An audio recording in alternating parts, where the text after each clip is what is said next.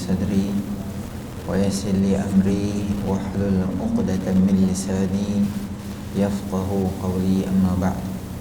Imam Al-Jatan Kuasa, tuan-tuan muslimin muslimat yang dirahmati oleh Allah Subhanahu Wa Taala, pertamanya kita panjatkan kesyukuran kita kepada Allah Subhanahu Wa Taala kerana dengan limpah rahmatnya Allah Subhanahu Wa Taala beri kita sama-sama peluang berada di dalam majlis ilmu kita pada malam ini. Moga-moga kehadiran kita akan termasuk di dalam mizan hasanatina, di dalam timbangan amal soleh kita nanti. Amin ya rabbal alamin. Baik, pada malam ni insya-Allah kita akan masuk dalam bab yang ke-33, bab ma jaa fi ta'atturi Rasulullah sallallahu alaihi wasallam, bab yang menceritakan tentang wuduk, bab yang cerita tentang wangian baginda Nabi sallallahu alaihi wasallam.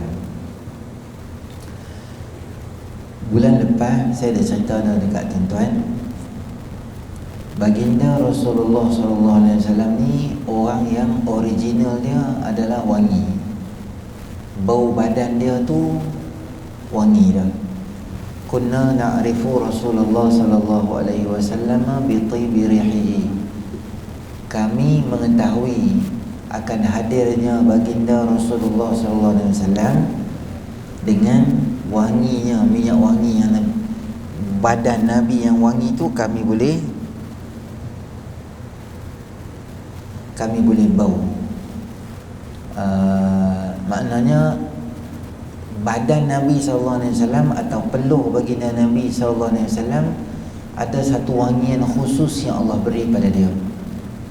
Sungguh pun Nabi ni orang yang wangi. Nabi tidak lepas daripada menyediakan minyak wangi untuk baginda sendiri. Hadis yang pertama kata Sayyidina Anas bin Malik, kanat li Rasulillah sallallahu alaihi wasallam sukkatun yatatayyabu minha. Dahulu adalah baginda Rasulullah sallallahu alaihi wasallam menyimpan minyak wangi baginda untuk beliau menggunakannya untuk berwangi-wangian.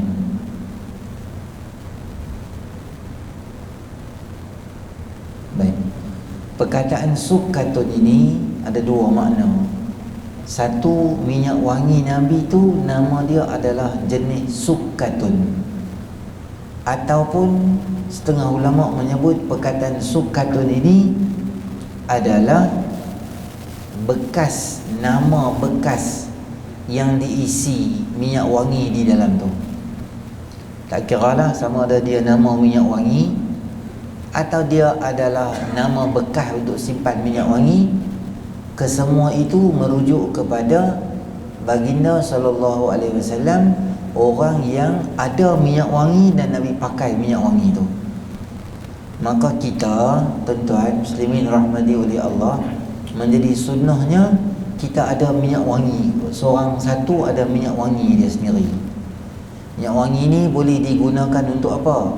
Untuk nak pergi semayang, terutama semayang Jumaat, ada pahala dan ganjaran tersendiri yang Nabi sebut pada kita. Dan malam ni kita dengar satu lagi hadis yang Nabi selalu bila nak pergi semayang atau waktu-waktu keramaian bila-bila, Nabi selalu suka pakai minyak wangi-wangi. Maka sunnah kita hari ni berpakaian yang elok dan memakai minyak wangi. Minyak wangi tu tuan-tuan boleh belilah di mana-mana pun tak apa. Bajani Ensan ada, Maidin ada, rata-rata lah minyak wangi. Dan mahal sikit, tahan lama sikit lah. Murah sikit, RM5, RM3, dia macam RM5 lah. Atau pakai RM5 kalau pakai, sekejap lagi lepas semayang dah tak bau dah lah. Kalau pakai hak mahal sikit dengan niat nak main semayang, nak amalkan sunnah Nabi SAW, ada ganjaran pahala yang Allah akan bagi pada kita. Tu yang pertama. Hadis yang pertama ni kita boleh kata Nabi ni orang yang sangat gemar dan suka pada minyak wangi kerana baginda ada bekas yang khas yang ada pada Nabi SAW. Bukan tumpang orang lah. Macam orang bawa basikal lah. Dia bila-bila sekali dia bawa basikal, dia pergi mana? Dia pergi ambil basikal yang tengah jalan, yang cucuk kat tepi jalan tu kan, yang banyak duit tu. Buat IC kita kan, tak kira dia buka, ronda-ronda ambil cucuk balik basikal tu di Pulau Pinang melambak dia. Tu bila lah syok tengok member naik basikal, dia pun naik. Tapi kalau dia dah minat sangat, dia memang serius, dia akan pergi beli basikal, simpan untuk dia satu basikal tu, supaya bila dia nak, dia boleh guna. Maknanya bila kita miliki, maknanya ada kesungguhan untuk kita di situ. Hadis yang berikutnya, kana Anas bin Malik radhiyallahu anhu la yaruddu at-tayyiba wa qala Anas inna an-nabiyya sallallahu alaihi wasallam kana la yuraddu at-tayyiba. Kata Sayyidina Anas bin Malik radhiyallahu anhu, Anas bin Malik tidak pernah menolak pemberian berupa minyak wangi. Kata beliau, Nabi sallallahu alaihi wasallam tidak pernah menolak wangi-wangian. Kita tengok hadis yang berikutnya, saya gabung sebab lebih kurang dua maksud dia. Kata Ibnu Umar radhiyallahu anhu, kana Rasulullah sallallahu alaihi wasallam thalathun la turaddu al-wasaidu wad-duhnu wal-laban. Nabi sallallahu alaihi wasallam menyebut tiga benda yang tidak boleh ditolak: bantai, minyak wangi dan susu. Tiga benda ni kalau orang offer kat kita atau semawa kat kita, jangan kita tolak benda tu. Bantai, mungkin dalam keadaan kita pergi rumah dia, nak rehat kat rumah dia, dia cari bantai, dia bagi kat kita. Kita pun kata tak apalah, lalu tidur bercerah dengan lengan kita, maka sakit badan kita. Yang kedua, minyak wangi. Kalau orang offer kat kita minyak wangi, jangan kita biasa menolak minyak wangi tu. Ambil je dengan niat amalkan apa yang disukai oleh Nabi sallallahu alaihi wasallam. Kita pun tuan-tuan, nak beli minyak wangi, carilah minyak wangi yang wangi. Ada yang cari minyak wangi mana ke tak tahu, Madras ke Kerala ke tak tahu, orang pakai satu surau ser tu pening. Minyak wangi apa tak tahu dia pakai, mana beli mana tak tahu lah, Chennai ke apa ke tak tahu. Kita masuk surau jadi macam pening sekejap, 3 minit jadi bengong. Han pakai minyak wangi yang semua orang kata wangi. Ingat seorang kata wangi, seorang orang pening, orang lain jadi susah. Minyak wangi yang umum, yang baik, yang bagus, yang biasa, maka boleh semawa pada orang. Kalau kita rasa minyak wangi tu kita seorang yang minat, kita pakai ya. Cuma kalau orang bagi, jangan tolak. Ambil ya. Sapu tak sapu nombor 2, ambil tu. Kerana orang bagi kita. Kalau kita rasa bau tu, mungkin kita rasa tak sesuai, buat je pening kan, tak payah sapu badan, ambil je dulu. Jangan tunjuk tak minat dengan minyak wangi. Kalau orang bagi kita minyak wangi, jangan buat begitu. Ambil je tak apa. Sama macam susu lah. Susu ni tuan-tuan, minuman baginda sallallahu alaihi wasallam yang biasa dan pernah dan suka minum. Ketika hijrah, sepanjang-panjang hijrah, itu bekalan yang menyelamatkan Nabi sallallahu alaihi wasallam itu adalah termasuk siapa? Termasuk bekalan susu. Ummu Ma'bad, tuan-tuan pernah jumpa kisah Ummu Ma'bad? Sayyidina Abu Bakar dan Nabi SAW bila sampai ke perkampungan Ummu Ma'bad, dia seorang duduk dengan kambing dah tua, dah macam tak ada susu dah. Nabi dah habis bekalan, Nabi tanya kat dia, boleh tak aku dapatkan susu? Dia kata tak ada dah, kami tak ada bekalan susu apa, tak ada dah. Kalau ada pun yang ni pun tak ada dah susu. Nak try tapi setakat aku duk try memang tak ada susu dah. Dia pun tak ada provide dah, sebab makanan tak ada, kami pun susah, dia pun tak makan, jadi badan dia tak boleh nak bina. Nabi SAW kata tak, hang izin kat aku boleh? Hang izin lah. Dia pun kata bismillah. Dia cakap perkataan bismillah, kemudian dia pun porah susu yang sangat banyak keluar, dan tinggal balance pada Ummu Ma'bad. Bapak dia balik pula, suami dia balik main tanya, tang mana bekas hang dapat susu banyak? Maka dia pun sifatkan Nabi SAW. Dia tengok saja, Dia tengok Nabi saja, seorang yang lelaki yang bertubuh sasa, badan dia macam ni, mata dia macam ni, boleh huraian umur ba'bad. Itu adalah hadis berkaitan mukjizat Nabi SAW on the way nak pergi hijrah, yang susu umur ba'bad kambing tak ada, kemudian jadi banyak. Tu mukjizat. Jadi Nabi minum susu lah. Susu ni tuan-tuan, dia makanan dan minuman, dia dua sekali. Dia makanan dan dia minuman. Bukti dia, kalau ada orang sakit, dia minum susu je boleh hidup tak? Boleh. Bedridden kan, tidur jadi katil tu, orang sakit, orang tuang susu ke hidung, tuang susu, dia boleh hidup. Susu saja, tak minum benda lain. Kan kata orang besar, budak kecil pun sama. Budak kecil minum susu mak dia je, dia boleh hidup tak? Boleh, tak ada masalah. Kita besar pun boleh hidup, tak ada masalah. Sedap tak sedap hari minum susu tu lain cerita lah. Tapi hang nak hidup, dia boleh hidup. Dia merangkap dua jenis makanan dan minuman. Ada orang dia jenis minum susu, ada orang dia tak minum susu.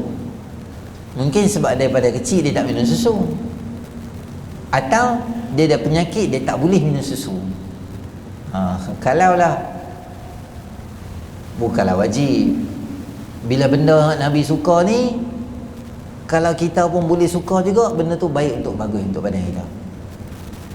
Tuan-tuan, Sayyidina Anas bin Malik satu hari dia follow Nabi SAW pergi rumah satu orang tailor.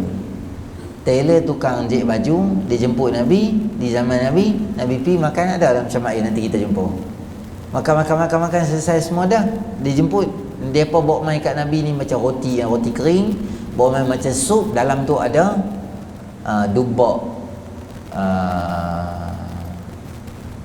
ada labu. Kemudian bila sampai makanan tu, Nabi pun ambil bekas tu, ambil labu, ambil bekas tu. Macam aku tengok Nabi ni macam minat sangat ke labu. Habis satu dia ambil lagi, habis satu Nabi ambil lagi, Nabi ambil. Dan sejak daripada aku tengok tu, kata Sayyidina Anas bin Malik, falam azal uhibbud duba'a min yaumi izin. Start daripada hari tu, aku pun dah mula minat dengan dubak, dengan labu lah. Maknanya aku tengok Nabi macam minat sangat, aku pun tune balik aku punya minat ni, suka apa hak Nabi suka, aku pun jadi suka juga. Benda hak Nabi suka buat, kita buat tu baguslah, ada faedah untuk diri kita. Tak kira lah susu apa pun, susu lembu ke, susu kambing ke, bagus. Semua tu adalah makanan-makanan yang baik dan bagus. Susu lembu pun boleh minum lah tuan-tuan, tak ada masalah apa. Mereka kata, siapa minum susu lembu, anak semua jadi celembu. Tak betul. Tuan-tuan balik rumah, buka Quran surah Nahl juzuk 14, Allah Subhanahu Wa Taala sebut, dan kami jadikan lembu tu, badan dia tu, sebahagian untuk kamu makan, sebahagian untuk kamu minum. Minum boleh, tak apa. Susu lembu memang boleh diminum, tak ada anak akan jadi lembu pun tak ada apa. Kalau habis minum susu kambing, anak jadi kambing. Taklah. Minuman tu biasa je, tak ada masalah. Dan kita bela jaga bagi elok, dia elok lah. Balik kita pada susu. Jadi kalau hang tak minat susu, belajar minatlah susu. Kalau tak boleh muntah-muntah tu tak apa, buat macam mana. Ataupun sakit, ada memang satu jenis penyakit, tak boleh minum susu, tu tak apalah. Cumanya kalau orang offer kat hang susu, kan contoh kita pergi Nuri ke mana-mana ke, orang bagi susu kat kita, susu kambing fresh contohnya lah, kita ambil je. Walaupun kita tak minum, walaupun kita tak apa sihat minum, terima kasih, kan baik, tak apa-apa, insya-Allah saya minum, tak situ je, tak ya. Jangan buat muka benci benda yang Nabi suka. Hang tak minat tak apa, orang ambil. Sekali kita kata, abang tak tolong berhabis kan, saya ni susu ni cakap dia. Dia ambil dia minum. Jangan muka geli maksud dia, susu jauh jangan bawa susu, bangkit piduk meja sebelah sebab benci sangat ke susu.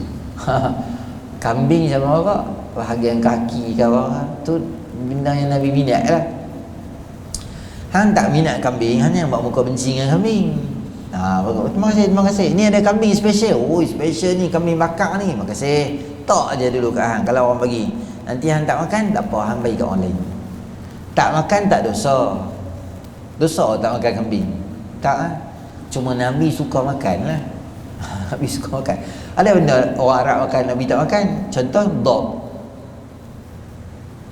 Biawak dhab tu orang makan, Arab makan lah. Tapi Nabi tak biasa makan. Tempat aku, sejak aku kecil, aku duduk dengan Abu Talib pun tak pernah masak. Kami memang tak tahu sangat buat dhab ni. Jadi okey lah nak makan lah. Cuma aku tak selera nak makan lah. Cuma Nabi tak makan. Ada benda yang Nabi SAW makan. Maka kita belajar lah. Tu orang panggil sunnah jibiliyah. Sunnah jibiliyah ni maksud dia apa? Benda-benda yang luaran, benda yang Nabi minat, benda yang Nabi suka, benda yang hobi Nabi. Benda-benda macam tu kita tak diwajibkan untuk ikut. Tapi kalau kita boleh ikut, amalan tu sangat baik dan sangat bagus. Kerana semua benda yang ditakdirkan untuk jadi minat Nabi ni adalah satu benda yang sangat baik dan sangat bagus. Jadi 3 benda tu kita janganlah tolak.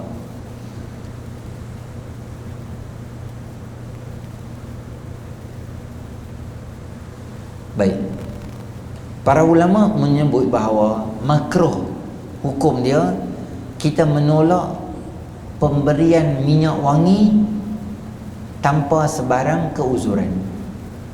Kalau orang bagi kita minyak wangi, makruh kita tolak. Kerana kata Nabi SAW, man urida alaihi raihanun fala yarudduhu fa innahu khafifun mahmili tayyibur rih. Siapa yang dipelawa padanya wangian dan haruman, jangan menolaknya kerana sesungguhnya ia ringan di bawah dan baunya harum. Syarat dia bau harum lah. Tadi sahabat tadi mana madras ke apa, kita mau pening, tak apalah, ambil tu. Belum tentu kita boleh sapu di badan. Badan lagi pening pula, 3 hari dah ada pening kan. Macam tu. Hadis berikutnya, kata Sayyidina Abu Hurairah radhiyallahu anhu, qala Rasulullah sallallahu alaihi wasallam, tibur rijali ma zahara rihu wa khafi launuhu wa tibun nisa'i ma zahara launuhu wa khafi rihu. Kata Nabi sallallahu alaihi wasallam, minyak wangi untuk laki adalah harum baunya yang tersembunyi warnanya. Manakala minyak wangi untuk wanita adalah warnanya kelihatan dan tersembunyi baunya. Ni ciri-ciri minyak atar ke minyak wangi ke spray yang laki dan minyak wangi yang perempuan. Minyak wangi laki macam mana keadaan dan hal dia? Minyak wangi lelaki, hal keadaan minyak wangi itu ialah 2. Satu, bau dia kuat. Satu, color tak apa terang. Kalau perempuan, color dia terang, bau dia tak kuat. Lah ni tuan-tuan bagi tahu saya, minyak wangi perempuan bau kuat ke minyak wangi lelaki bau kuat? Jawapan dia, minyak wangi perempuan. Dia spray minyak wangi tu, dia lalu kat kita dah lama lah, 30 saat dah dia lalu, tapi kawasan tu duk bau lagi. Geng-geng kilang duk tunggu tepi jalan kan, tunggu bas kilang nak lalu, tuan-tuan lalu dengan motor, fiu, tu dia bau. Tu bukan spray tu dia duduk rumah minyak wangi kan, kepok tu tuang atas jari satu botol, punya minyak wangi. Maka kalau macam tu, orang perempuan ni dia betul-betul dia boleh pakai minyak wangi? Boleh lah. Sebab Nabi SAW kata ada ciri-ciri minyak wangi orang perempuan boleh pakai. Tapi janganlah terlalu semerbak-merbak sampai orang lain kalih dan tanya minyak wangi ni nama apa. Sekali jalan sekali tengok balik, menarik perhatian orang, menarik perhatian kawan-kawan di pejabat dan sebagainya. Maka perbuatan tu dilarang di dalam syarak. Tapi boleh pakai sekadar minyak wangi tu, tak ada lah nak bau badan. Dia pakai dia pakai. Maknanya kawan dia bila mai dekat dengan dia tu baru bau. Kalau dia jauh, dia tak bau semerbak-merbak macam tu. Dia hanya potong bau badan bila peluh dan sebagainya, baru dia akan hilang semua minyak bau badan tu. Yang tu boleh. Jangan terlalu banyak sangat pakai semua benda macam tu. Make up dia ke, lipstick ke, boleh pakai. Orang perempuan lipstick boleh pakai. Mufassal fi ahkamil mar'ah wa baitil muslim, Syekh Karim Zaidan tulis kitab ensiklopedia keluarga dan orang perempuan dan keluarga dalam Islam. Dia kata boleh pakai, cuma pakai tu bukanlah menyala-nyala sampai orang lelaki tengok 2-3 kali. Pakai tu nak menghilangkan dia punya kusam dekat bibir dia, atau nak menghilangkan pucat dekat bibir dia. Make up tu adalah sikit-sikit, bukanlah macam pengantin. Boleh macam tu? Boleh. Bukan cuma dia make up tu tak ada lah sampai menarik perhatian orang. Biasa, orang tengok biasa. Bukanlah ni sampai merah sini. Sini saja 2 color. Sini 2 color. Bulu mata palsu pula naik sampai ke atas ke tu. Macam Minnie Mouse ke Mickey Mouse kat luang tu. Kalau sampai macam tu, maka tak kena orang perempuan tu. Wala tabarrujna tabarrujal jahiliyatil ula, jangan kamu bersikap tabarruj, menonjol diri dengan bermewah-mewah ketika make up dan bermewah-mewah ketika dalam keadaan berpakaian sehingga menarik perhatian orang dan sebagainya. Kesemua itu dilarang di dalam syarak. Yang bagusnya bagi suami sendiri tengok. Suami sendiri duduk di rumah, mungkin kadang-kadang disebabkan kesibukan dan urusan rumah tangga tak sempat nak berhias untuk suami. Tak apalah, tapi janganlah sampai berhias pada suami orang, lupa nak berhias pada suami sendiri. Jadi minyak wangi boleh, cuma jangan terlalu kuat sangat pakai sehingga boleh menyebabkan kita katakan apa, menyebabkan tabarruj lah. Dalam hadis Nabi SAW selalu abang kat kita supaya jangan berlaku peniruan. Semua daripada pakaian, laki dengan perempuan kena beza. Daripada watak, laki dengan perempuan berbeza. Daripada sifat dan sikap, laki dan perempuan berbeza. Semua berbeza. Termasuk perbezaan tu yang diarahkan oleh Nabi SAW adalah dalam bentuk memakai minyak wangi.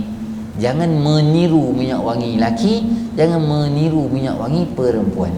Laki kuat tak apa, orang perempuan pakai minyak wangi tapi yang tidak terlalu kuat. Kerana Nabi SAW sebut, la'ana Rasulullah sallallahu alaihi wasallam al-mutasyabbihina minar rijali bin nisa'i wal mutasyabbihat minan nisa'i bir rijal.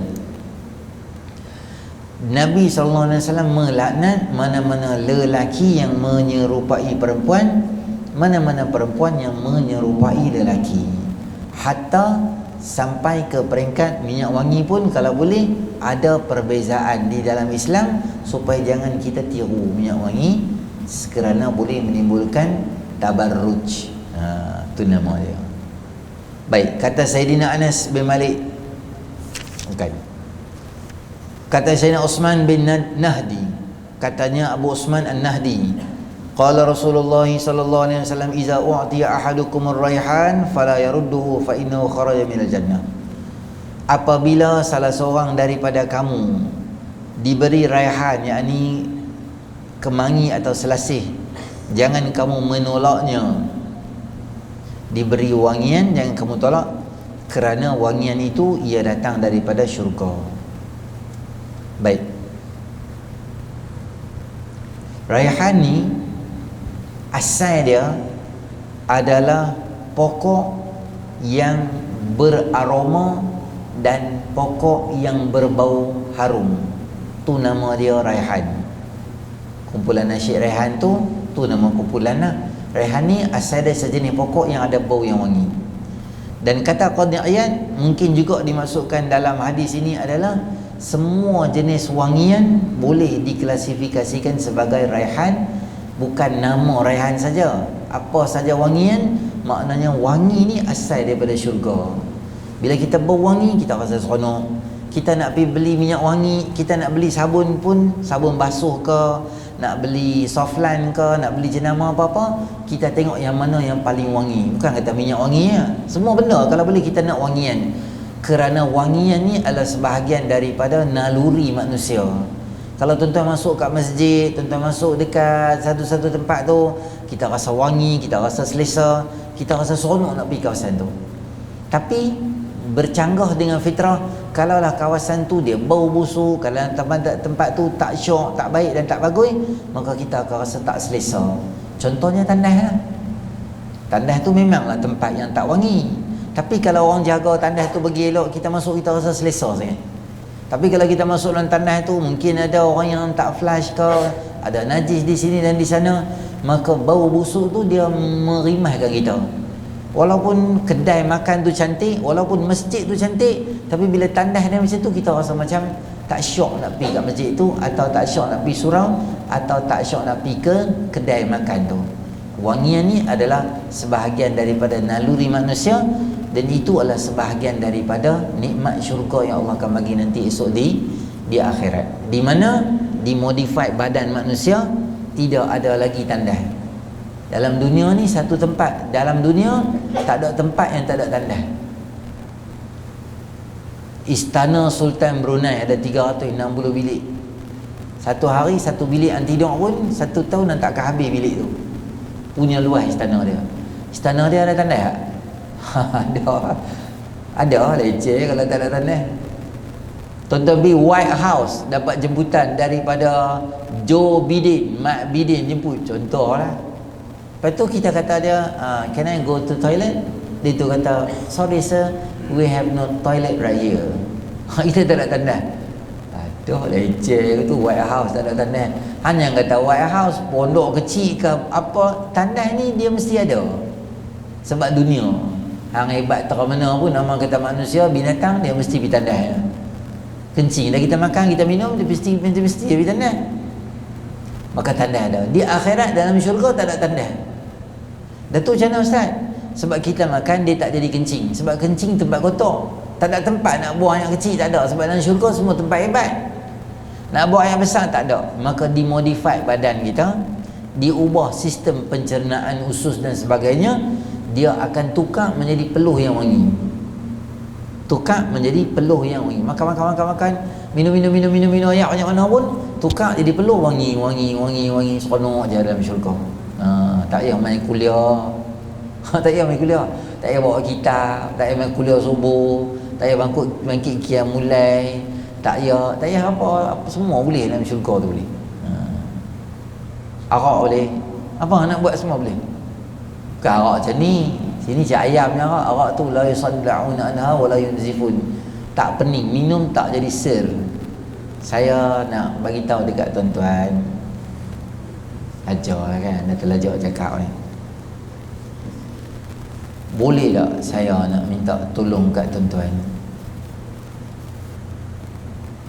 Kedah ni.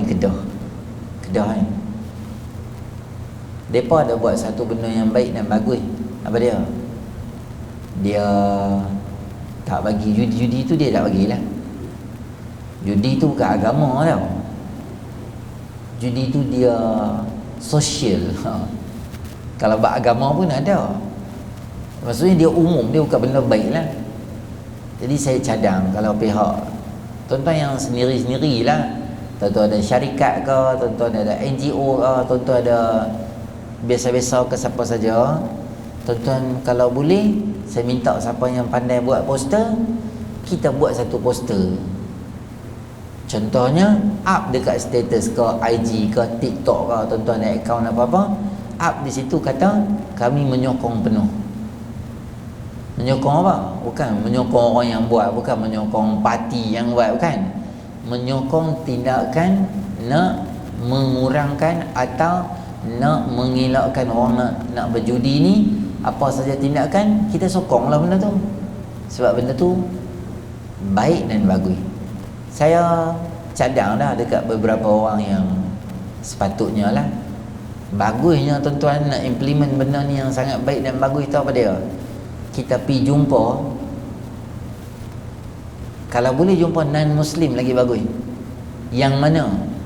Yang suami dia hari-hari minum arak pula, main judi, dan suami dia pukul dia, belasah dia, ambil duit dia, habis duit-duit simpanan dia semua. Dia pergi kerja penat-penat, balik main nak jaga anak semua, dia ambil, dia pergi judi lah, kalah judi, balik pukul isteri dia, stres tak ketahuan. Kita interview isteri dia, kami cadang, kami nak haramkan judi ni, judi online ke, judi offline ke, judi apa pun kami tak mau dah buat start pada ni. Tonton tengok isteri dia buat apa. Isteri dia kalau Islam dia sujud syukur lah. Kalau tak Islam tu tak tahu, dia punya seronok tu tak tahu macam mana. Dia lah manusia paling seronok, sebab dia hari-hari dia kena terajang dengan suami dia, lebam dah muka.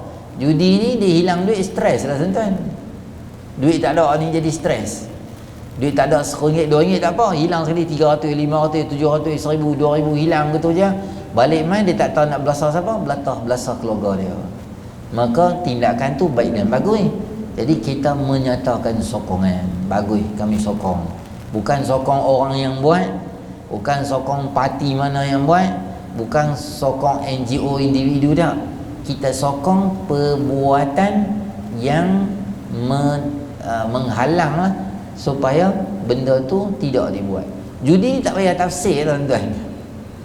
Judi arak ni tak payah tafsir, tak payah cari buku Khazinatul Asrar, tak payah cari tafsir Taubari, tafsir Aisar Tafasir, tak payah.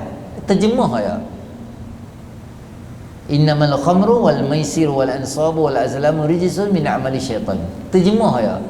Judi, arak, tenun nasib, semua tu rijsun, najis dan amalan syaitan. Nah, terjemah. Tuan tak payah cari kitab besar-besar, cari tafsir dalam dah. Okey. Yang tu nama dia dalam syurga esok lah. Bebas nak buat apa pun boleh dalam syurga esok ni.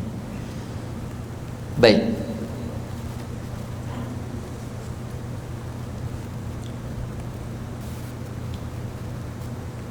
Bandingan tentang ar-raihan yang keluar daripada syurga itu adalah bandingan, kata ulama, benihnya datang daripada syurga, bukan zatnya, bukan pokok raihan yang kita tengok tu, bukan bau tu sama dengan bau syurga tu, taklah. Sebab syurga berada di alam ghaib, kita berada di alam nyata kita sini ni.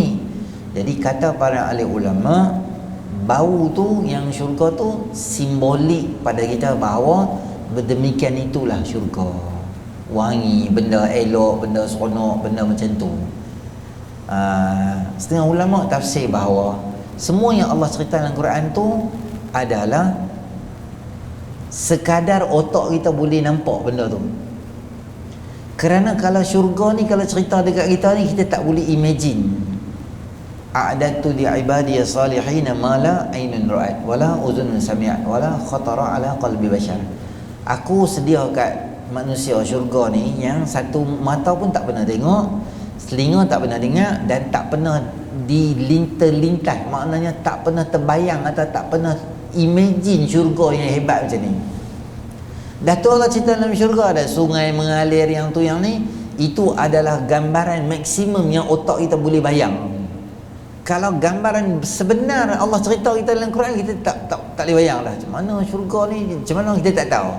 Macam kita membayangkan jantina ketiga, bukan pandan. Jantina pertama laki, jantina kedua perempuan, jantina ketiga ada satu lagi jantina. Tuan-tuan boleh bayang macam mana satu lagi jantina tu, itu bukan khunsa, bukan pondan, dia apa? Tak boleh bayang. Kerana kita tak pernah tengok benda tu, kita tak boleh bayang benda tu.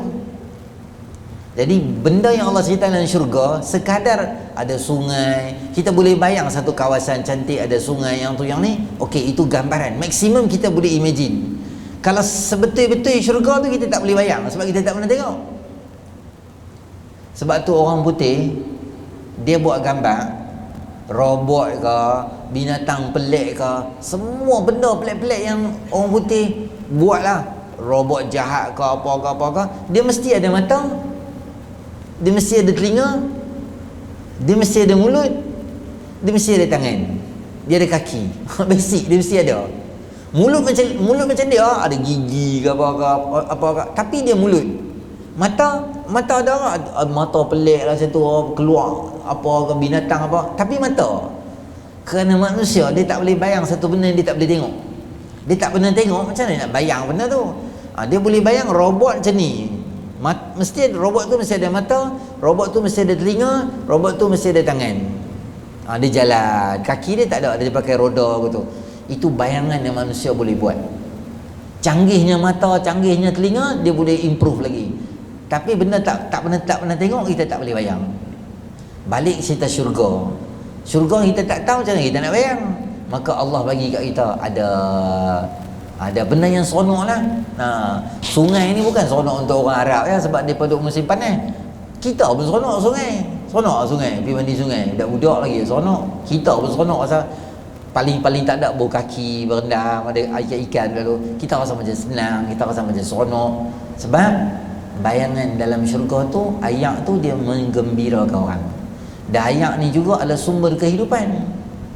Siapa pula orang dulu ke orang sekarang ke, ada ayak, ada penempatan, ada ayak, ada taman rekreasi, ada ayak ni dia ada banyak benda kebaikan yang dia akan dapat. Jadi Allah bayangkan benda tu untuk kita di dalam syurga Allah. Dan adapun raihan ini adalah sebahagian daripada bayangan yang kita boleh buat. Demikian itulah kehebatan syurga, demikian itulah sedapnya. Cuma kata sesetengah syarih, katanya benih dia mai daripada syurga Allah Subhanahu Wa Taala. Baik,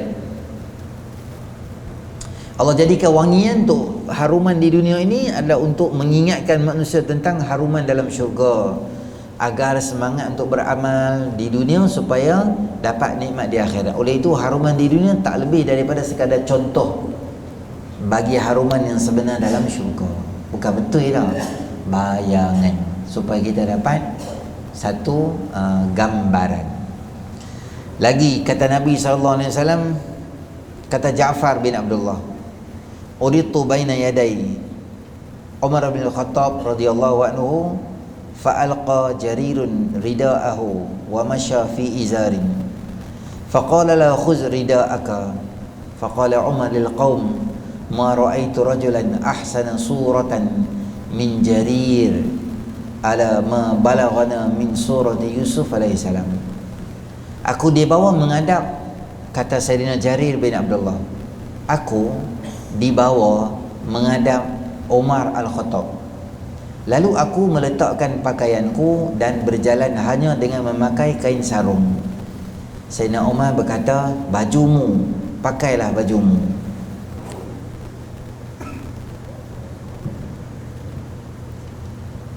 Umar berkata kepada orang ramai, aku tidak pernah melihat seorang lelaki pun yang tampan lebih daripada Sayyidina Jarir, kecuali ketampanan rupa Nabi Yusuf AS yang pernah aku lihat.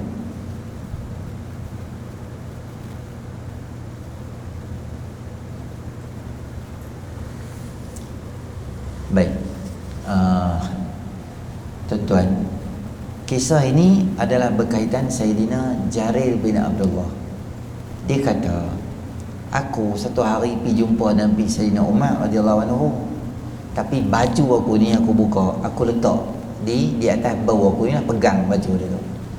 Sayyidina Umar kata, pakai baju tu, jangan buka baju tu. Kalau ada orang yang handsome sangat kat umat aku ni, dekat umat Nabi SAW ni handsome, Sayyidina Jarir lah orang dia. Maknanya aku tak pernah tengok Nabi Yusuf, tapi bila aku tengok Sayyidina Jarir, begitu hebat aku rasa dia ni. Maknanya Nabi Yusuf lebih hebat lagi, orang yang handsome. Sayyidina Jarir bin Abdullah adalah sahabat Nabi SAW yang sangat kacak dan sangat handsome. Ada lagi Sayyidina sahabat Nabi yang handsome, ada tak? Ada. Nama dia adalah Dihyah, Sayyidina Dihyah Al-Kalbi radhiyallahu anhu. Sayyidina Dihyah ni, dia punya level handsome dia siapa dia? Sampai Sayyidina Jibril alaihissalam bila dia turun main ke muka bumi, kerap kali dia akan pakai rupa rupa Sayyidina Dihiyah radhiyallahu anhu. Sehingga Aisyah kata, aku pun kadang-kadang tengok Nabi sembang, aku pun tak tahu Nabi sembang dengan Jibril ke, Nabi sembang dengan Sayyidina Dihiyah ke, aku tak tahu. Satgi baru aku tahu bila dah habis sembang. Kalau Nabi mai kat aku, kata Nabi habaq kata ada wahyu baru, aku tahu tadi tu Jibril. Tapi kalau lepas sembang tu, maksudnya jalan pi Nabi tak jumpa aku, maksudnya tu manusia betul dia tu. Ketiga handsome siapa dia?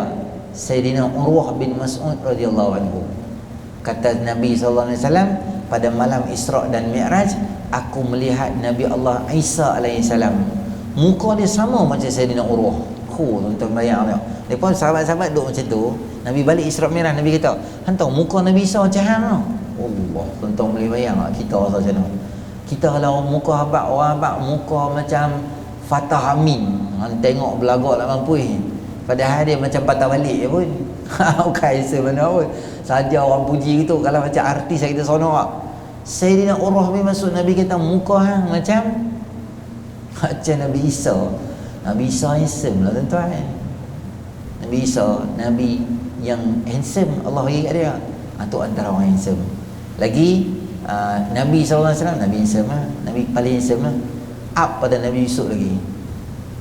Nabi SAW lebih handsome pada semua orang. Cuma tak dizahirkan kecantikan sebenar baginda Rasulullah SAW. Okey. Cuma Nabi kata, hang pakai baju. Jangan tak okey. Maksudnya orang mau jadi tak tahuan tengok hang tak pakai baju dengan handsome gitu. Pakai baju. Tapi tuan-tuan, sebab apa hadis ni ada tiba-tiba dalam hadis bab minyak wangi?